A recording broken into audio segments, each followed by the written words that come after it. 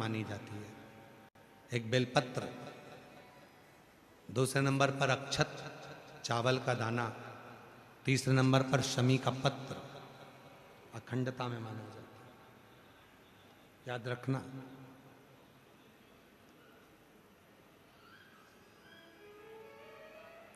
एक बेलपत्र एक ऐसी है कि अगर भगवान शंकर के मंदिर में शिवजी पर शिवलिंग पर चढ़ाई जाती है, भले वो वहीं से उठाकर धोकर क्यों ना चढ़ाई गई, तुम एक हफ्ते तक भी अगर मंदिर नहीं आए और अगर एक बेलपत्र तुमने, मान लो आज तुमने एक बेलपत्र चढ़ा दी और घर गए, या रात को या दूसरे दिन तुम रजो धर्म से हो गए, रजस्वला हो गए, मंदिर नहीं जा सकती 5 दिन 6 दिन 7 दिन, या कहीं जाना पड़ गया, तो क्या कहते हैं कि हमारा जल चढ़ाने का नियम टूट गया। कोई कहता है मेरा ये पूजन खंडित हो गया। नहीं, शिव महापुराण बड़ी सुंदर बात कहती है, एक बेलपत्र, एक शमी पत्र और एक चावल का दाना, ये 3 ऐसे हैं जिनको अखंड माना है। यदि आप रोज शिव जी के मंदिर में आप जल चढ़ाने का नियम रखा है और आपको मालूम पड़ा कि मेरा रजो धर्म इस तारीख को आने वाला रहता है, तो 2-3 दिन पहले से या तो शमी पत्र या चावल का एक दाना या बेलपत्र शिव को चढ़ाना प्रारंभ कर दिया करो। तो आप यदि 15 दिन भी मंदिर नहीं गए हो तो भी आपका जल अखंड निरंतर स्वीकृत किया जाता है, अखंड।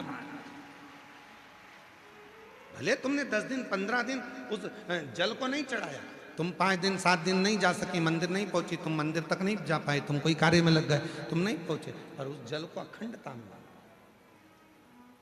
अखंड। क्यों? एक बात आप लोगों ने, पशुपति व्रत किसी ने करा? हाथ उठाओ जरा, किन किन ने करा? सारे पंडाल वाले? हाँ ठीक है, रखिए। पशुपति व्रत में एक बात कही जाती है, 3 चीजें हैं।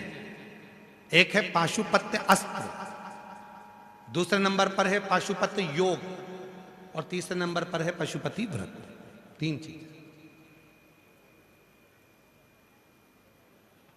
इसमें जो पशुपति व्रत होता है, इस व्रत में कथा में कहा जाता है कि आप लोग जब व्रत करो और 2 व्रत हो गए, या आपको बीच में कहीं जाना पड़ गया, या रजो धर्म आ गया, या कोई काम आ गया, आप शादी में चले गए, फंक्शन में चले गए, बीच में आपका जो 2-3 व्रत छूट गए, उसके बाद वापिस व्रत करोगे, तो कई लोग कहते हैं हमारा खंडित हो गया। नहीं नहीं, खंडित नहीं हुआ। पशुपति व्रत 5 व्रत होते हैं, बीच में अगर तुम कहीं चले, कोई रजो धर्म में चले गए, तो आप उस व्रत को नहीं करते हो, पर वो व्रत भले तुमने नहीं करा, पर इसके पहले तुमने जो शंकर जी की पूजन करी थी, इसके पहले तुमने जो पशुपति व्रत करा था, पिछले सोमवार को जो तुमने पशुपति व्रत करा उसमें जो बेलपत्री चढ़ाई, पिछले सोमवार को तुमने पशुपति व्रत करा उसमें जो चावल का दाना चढ़ाया, पिछले सोमवार को जो तुमने पशुपति व्रत करा उसमें भूल से भी तुमने अगर शमी पत्र या चावल का दाना या बेलपत्र कभी चढ़ाया है, तो वो व्रत तुम्हारे चाहे 15 सोमवार छूट गए, 5 सोमवार छूट गए, 3 सोमवार छूट गए, 4 सोमवार छूट गए, पर वो व्रत तुम्हारा अखंड कहलाता है। भले तुम उसको करो चाहे मत करो। फिर वापिस आते हो, वापिस आने के बाद फिर व्रत करते हो। अब तुम्हारा 3रे नंबर का व्रत है, फिर चालू हो जाता है, 4थे नंबर का व्रत फिर हो जाता है, फिर कहीं जाना पड़ गया, फिर एक व्रत रह गया, फिर वो मान्य होगा। तो वो खंडित नहीं होता, खंडित।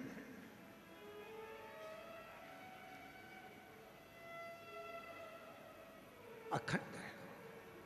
और कितनी सुंदर बात कही, तुम्हारे घर में कोई लक्ष्मी जी की मूर्ति है, गणेश जी की मूर्ति है, ठाकुर जी की मूर्ति है, विष्णु जी की मूर्ति है, देवी देवता की मूर्ति है, खंडित हो गई है, तो किसी ने कह दिया कि ये खंडित हो गई घर की मूर्ति, इसको तुम विसर्जन कर दो। ना ना, किसी का एक्सीडेंट हो जाता है, हाथ टूट जाता है, तो घर के बेटे को बदल दोगे क्या? घर की जो मूर्ति होती है वह छोटी होती है, छोटी। तो शिव पुराण क्या कहती है, उस मूर्ति के आसपास में कहीं पर भी एक चावल का दाना या एक बेलपत्र या शमी पत्र उसके आसपास में कहीं पर भी रख दो, वो मूर्ति खंडित नहीं, अखंड कहलाती है। वो खंडितता से बचा, उसमें खंडितता नहीं, अखंड का। शिव कथा कर रही है, बाबा देवादिदेव महादेव का चरित्र कर रहा है। और शंभु शरणे